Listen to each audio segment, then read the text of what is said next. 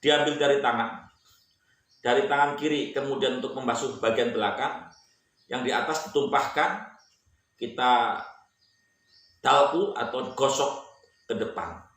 Ini untuk meninggalkan daripada hukum khilaful aula.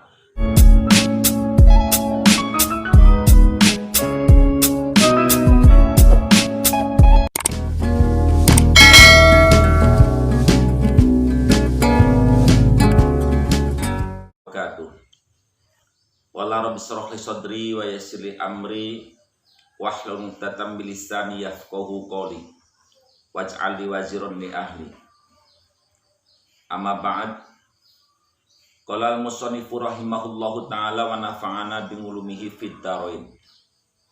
Baik, kesempatan ini kita bahas tentang isti'anah, minta tolong dalam permasalahan melaksanakan toharoh. Yang kita bahas adalah al-wudu. Al-isti'anatu arba'u hisolin. Al-isti'anatu, adapun meminta tolong dalam permasalahan berwudu, arba'u hisolin, ada 4 macam. Di dalam lafal arba'u hisolin, arba'u adalah pembilang, hisolin adalah yang dibilang. Di dalam bab nahwu disebut dengan ngadad dan ma'dud. Ngadad atau yang disebut dengan pembilang yaitu 4, hisolin ma'dud atau yang dibilang. Ini permasalahan redaksinya. Jika memang ngadad itu di antara 3 sampai 9 sampai 10 ya, maka cara menyusunnya 1 harus berlawanan di antara ngadad dan madud dari sisi mudzakkar dan muannas, atau jenis lafal yang dikelompokkan lafal laki-laki dan lafal yang dikelompokkan menjadi lafal perempuan, di mana arba'un ini adalah laki-laki. Tandanya memang yang paling dominan tidak ada tak marbutoh atau tak yang bergelung yang bertitik 2. Yang kedua hisolin, ini adalah perempuan atau mu'annas, karena hisolin ini adalah jamak daripada hislatun, di mana hislatun adalah kalimat yang berakhir dengan tak marbutoh atau tak yang bergelung yang ada titik 2-nya. Yang pertama, ngadad harus mudzakkar, ma'dud harus mu'annas. Yang kedua, persyaratannya ma'dud harus berbentuk jamak, di mana hislatun atau hislatin dijamak tasirkan menjadi hisolin. Ada 4 macam permasalahan minta tolong. Yang pertama mubahatun, diperbolehkan. Yang kedua wahilaful aula, menyimpang dari keutamaan. Yang ketiga makruhatun, hukumnya hendaknya jangan ditinggalkan atau anjuran untuk ditinggalkan. Yang keempat wawajibatun, hukumnya wajib minta tolong. Kalimat wajib ini dalam fikih disebut jika dilaksanakan merupakan satu kewajiban yang mendapatkan pahala. Jika ditinggalkan, maka ia artinya telah melanggar dan tentu dia mendapatkan dosa. Apa yang disebut dengan isti'anah mubah? Fal mubahatu, adapun isti'anah yang mubah, iya yo isti'anah mubah ikut takribul ma'i, mendekatkan air, meminta kepada orang lain, Kang, tolong airnya kesini Kang, atau minta airnya Kang, yang di situ. Ini hukumnya mubah, diperbolehkan, tidak ada anjuran untuk ditinggalkan. Yang kedua, wa khilaful aula, menyimpang dari keutamaan. Khilaful aula ini bainal mubah wal makruh. Artinya masih boleh, tapi secara adab kurang, ya, kurang maksimal. Cara nilainya 7 atau 8, belum kepada 9 dan 10. Ia utawi khilaful aula itu sobul ma'i, mengalirkan air atau menuangkan air, ngalah nahwil mutawaddi, ala nahwil mutawaddi'i, kepada orang yang berwudu. Misal, Kang, tolong airnya tumpahkan ke tangan saya. Kemudian ia berwudu dari mulai berkumur, mengisap air dalam hidung atau istimsak dan lain sebagainya. Itu disebut sebagai minta tolong yang menyimpang daripada keutamaan. Hendaknya kalau bisa hindari. Sah enggak wudunya? Tetap sah, tapi adabnya kurang maksimal. Wal makruhatu, yang ketiga makruh. Makruh ini bila ditinggalkan, ya, bila ditinggalkan lebih baik. Jika memang dilaksanakan kurang baik, bukan tidak apa-apa, kurang baik. Jadi sebaiknya jangan.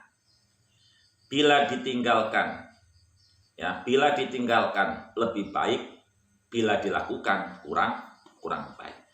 Ya utawi makruhah, isti'anah makruhah iku liman yaghsilu, liman minta tolong kepada orang yaghsilu supaya ia memasui atau membasuh a'tu'ahu kepada anggota wudunya mutawaddi, yaitu seseorang minta diwudukan, Kang, tolong wudukan, dari mulai mukanya, dari mulai tangannya, dari mulai kakinya. Padahal ia mampu sendiri, mampu melaksanakan perilaku-perilaku yang semacam ini. Tapi dia minta tolong. Ini hukumnya makruh. Jangan sampai orang yang sehat, orang yang bisa minta diwudukan oleh orang lain. Jadi liman yaghsilu a'du'ahu ini maknanya orang sehat minta diwudukan seperti orang yang sakit. Wal wajibatu, kemudian yang keempat, minta tolong dalam kategori wajib.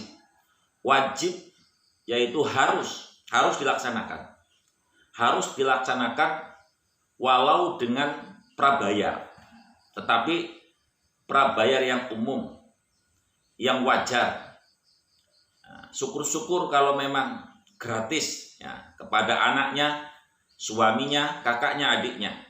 Ya utawi isti'anah al-wajibah lil maridi, yaitu bagi orang yang sedang sakit, misal stroke ataupun penyakit-penyakit yang sehingga ia tidak bisa mengambil air sendiri, ngindal azzi, tak kala ia tidak mampu. Jadi orang yang sedang stroke, orang yang sedang sakit, yang tidak bisa berwudu, ini wajib untuk minta tolong agar ia berwudu. Kenapa? Karena ia harus sholat. Ibadah sholat lain dengan ibadah-ibadah yang lain. Karena ibadah sholat satu-satunya ibadah yang tidak boleh dienyang. Kalaulah mungkin kita berkewajiban zakat, boleh diundur. Pak Kiai, hari ini atau tahun ini saya tidak zakat. Kenapa? Dagangan saya bangkrut. Welcome, monggo. Pak Kiai, tahun ini saya tidak ikut puasa. Kenapa? Saya sakit mah yang tidak bisa mengkosongkan perut saya dalam jangkauan 5 jam. Monggo. Pak Kiai, hari ini, tahun ini saya tidak bisa melaksanakan haji. Kenapa? Karena uang saya semuanya habis. Atau karena corona. Maka itu diperbolehkan. Tapi sholat mazal makluhu, selagi akalnya masih bisa, masih berada, masih bertahan, masih ingat dalam posisi apapun, dimanapun sholat tidak bisa ditinggalkan. Dan sholat itu keabsahannya memakai wudu. La sholata liman lam yatawaddo. Jadi mohon kepada orang yang punya orang tua ataupun orang yang punya suami atau saudara yang dalam kondisi dia tidak berwudu, maka keluarganya wajib memwudukan.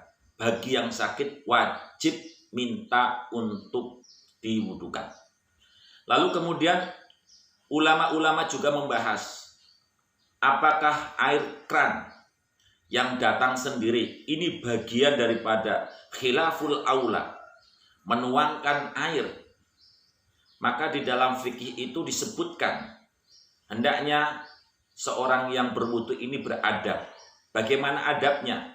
Yang pertama mengambil air. Setelah mengambil air baru dibasuhkan kepada anggota yang perlu dibasuh. Ini adabnya.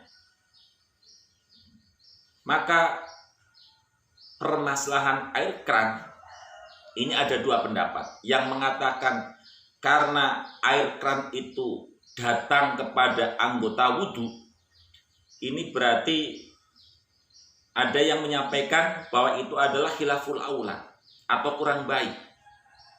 Dia masuk dalam kategori minta tolong air untuk didatangkan. Ya, air untuk didatangkan. Bagi mereka yang punya pendapat ini, untuk menghindari dari khilaful aula, maka ambil air kran itu, kemudian dibasuhkan ke tangan, atau yang pertama ke muka. Jadi hendaknya mukanya jangan langsung